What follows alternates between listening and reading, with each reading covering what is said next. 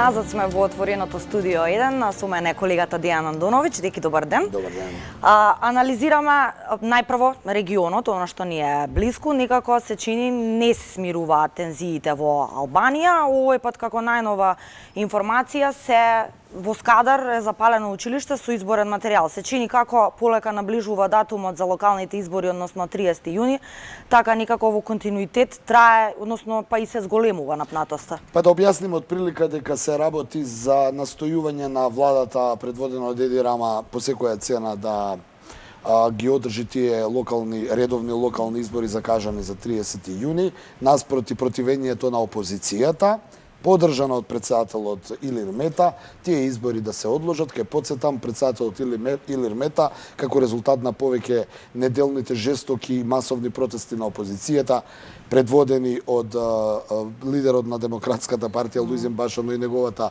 сопруга која е дел на опозицијата, донесе одлука да се пролонгираат тие локални избори. Аргументот на Илир Мета беше дека како татко на нацијата и претседател сака да ги пролонгира изборите, бидејќи има големи тензии во Албанија и локалните избори можат само дополнително да ја преалеат чашата на насилството. Мотивирани и изнервирани од тоа, пратениците од владеачката социјалистичка партија на Еди Рама му организираат импичмент, односно отповикување на Илир Мета од претседателската функција, но засега тоа е у процедура и тоа е се уште претседател.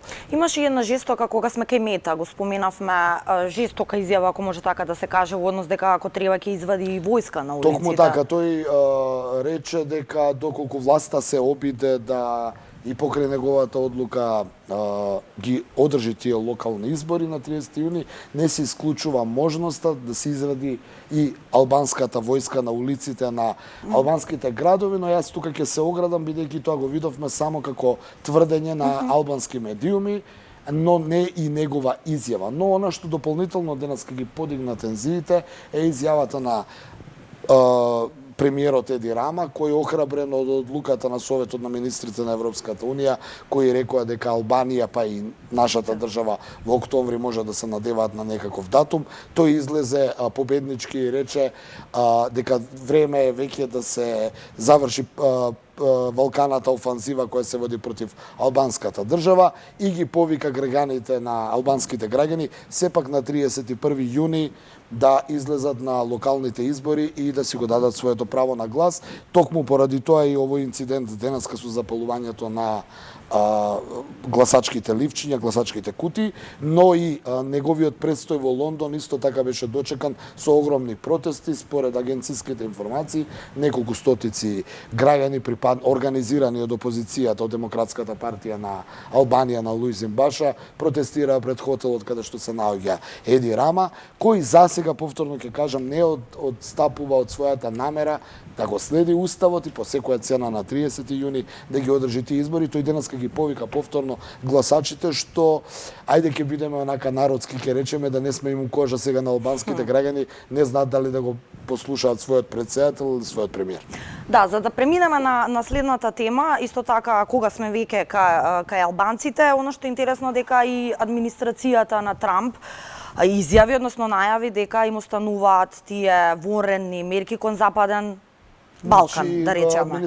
Ова е случајно или не случајно? Па не знам, зголемениот степен на предупредување за Западен Балкан издаден од американската администрација, тие практично денеска повторија дека остануваат на сила мерките за висок степен на предупредување во врска со Западен Балкан. Веројатно се алудира на состојбата во Албанија и на Косово, ако земеме во предвид дека еве ние сме на Балканот, повеќе или помалку се е мирно. Но ова што се случува со Албанија веројатно нема никаква кохабитација помеѓу претседателот и премиерот и веројатно се гледа како потенцијално жариште. Особено што ќе потсетам, Албанија е земја членка на НАТО, па ако излезе нејзината армија, тоа веројатно ќе предизвика одредена лоша слика за целата таа состојба, земја членка аспирант на Европската Унија, па некако ние, барем што ги следиме состојбите, малце не е невообичаено една ваква земја, која е значи членка на НАТО и аспирант за влез во Европска Унија, да се соочува со овакви,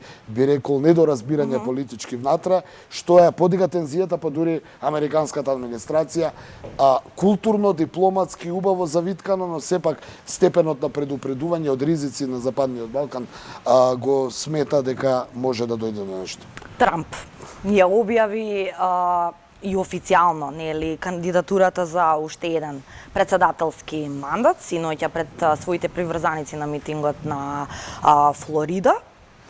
Очекувано, можеби, не е изненадување. Да, не е изненадување, меѓутоа Андоновиќ риториката некако, особено ми се чини дека внимание во јавноста, па и наслови се вадат од дел од неговиот говор, дека ќе, ако треба, ќе лекува и рак и сида, ако американските граѓани му ја дадат довербата. Колку е сериозно да се ветува вакво нешто, иако се уште нели официјално не се почнати Реториката да дека ќе конкретното ти што го кажа, не е сериозно се разбира, но е за внатрешна употреба, но она што не е изненадување, а ќе беше до пред 2 месеца, е дека Трамп го почнува ја објавува својата кандидатура. Ние во отвореното студио веќе зборувавме на таа тема дека Трамп ми се чини како пред 2 месеци да донесе одлука сепак да го трча изборниот вториот изборен круг. И според некои проценки се очекува тој да победи ако се земе во предвид дека неговата политика кој тој ја води е доста популистичка, тој и покрај далекосежните последици кои ги прави на некој начин за американската економија па и политика, овие чекори кои ги прави на некој начин се популистички и може да доведат до добивање на нова доверба од страна на американските гласачи. Ќе потсетам дека невработеноста и покрај зголемената задолженост на економијата на Соединетите Американски држави, таа во моментов е силна и невработеноста е рекордна во последните 50 години, а тоа е 3,6%. Што на обичните американци тоа сега им треба. Тие не може да размислуваат дали ова презадолженост на американската економија, земавме за пример, во далекосежни последици ќе има репрекусии врз државата. Да, имаме и прилог подготвен од колегите од дескот на темава, го гледаме па се враќаме назад во студиото. Американскиот председател Доналд Трамп официјално објави дека ќе учествува на председателските избори во 2020 година, објавија американските медиуми. Ова го кажа пред 20.000 своји поддржувачи на митинг во Орландо, Флорида. Од Демократската партија 20 кандидати се веќе познати. Меѓу нив се сенаторот од Вермонт Берни Сандерс, поранешниот подпредседател Џо Бајден и градоначалникот на Њујорк Бил де Блазио. Председателските избори се закажани за 3 ноември 2020 година. И Андоновиќ, кога сме кај Трампа, исто така темата поврзана актуелна околу Иран, доста често ја третираме во отвореното студио 1, но секогаш има нови моменти. Сега никако, барем денеска, се добива впечаток дека особен фокус од светските медиуми е ставен на изјавата дека Трамп би размислил за напад врз Иран со цел да не се снабдува со нуклеарно оружје и некако се вртиме во круг со сите овие информации. Стара риторика, тој е против воена интервенција врз Иран, која е наменета за оние луѓе кои се противат на воени действија, но од друга страна се вели нови размисл за превентивни напади, бидејќи со превентивните напади по урнекот на она што го направи во Ирак, кога го обвинија Садам Хусейн дека има хемиско и биолошко оружје и го нападна, а кога се дозна дека немало, тогашната администрација излезе и рече па добро, ние превентивно нападнавме, да не нападнавме, ќе има. Во тој дух и ова со цел сепак почнува кампањата и тој сака да им покаже на гласачите во Соединетите Американски држави да не се секираат дека некои неконвенционални држави имаат такво опасно оружје, па он ако биде принуден како председател сепак ќе издаде таа наредба да изведе некои ракетни напади. Тоа сигурно не би биле оние копнени напади, но секако ќе му рипне рейтингот бидејќи се покаже дека секој американски председател кој ќе поведе некаква воена интервенција добива зголемен рейтинг кај своите гласачи. Така, сега ќе се вадат сите адути на маса. Андоновиќ, ти благодарам за гостувањето во отворено студио 1. Почитувани со мене и Сочалски, повторно се гледате во 17. Останете со 1 ТВ, следуваат вестите со колегата Александар Петрески.